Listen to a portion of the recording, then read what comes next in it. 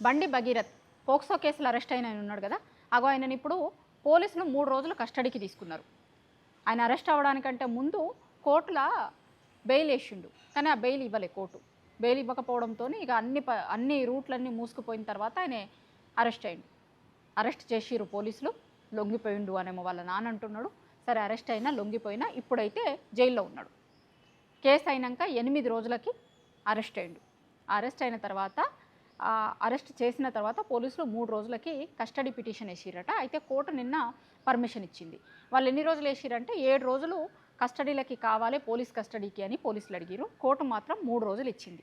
ఈ 3 రోజుల తర్వాత కూడా పోలీసులు ఇంకా ఎక్కువ రోజులు కావాలి మాకు, ఆయన ప్రాపర్గా ఆన్సర్స్ ఇవ్వట్లేదు అని కనుక పోలీసులు అనుకుంటే ఇంకా ఎక్స్టెండ్ చేయొచ్చు. మళ్ళీ కోర్టుకు పోయి ఇంకొక 3 రోజులు ఇవ్వండి మాకు అని అడగొచ్చు.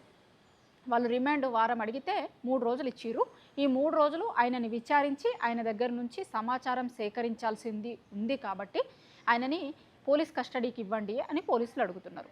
ఇంకొక దిక్కు ఆల్రెడీ మనం చూసినాం, ఆయన ఫోన్లో ఉన్న ఆధారాలు మొత్తం తీసేసిండు, డాటా మొత్తం ఎరేజ్ చేసిండు అనేది కూడా చూసినాం. ఆ ఫోన్ కూడా ఏదో కరెక్ట్ ఫోన్ ఇవ్వలేదు, వేరే ఫోన్ ఇచ్చిండు అనేది కూడా ఒక చర్చ జరుగుతుంది. కానీ పోలీసులు చెప్పాలి దానికి ప్రాపర్ ఆన్సర్. నిజంగా ఆయన వాడిన ఫోనే ఇచ్చిండా లేకపోతే వేరే ఫోన్ ఇచ్చిండా అని.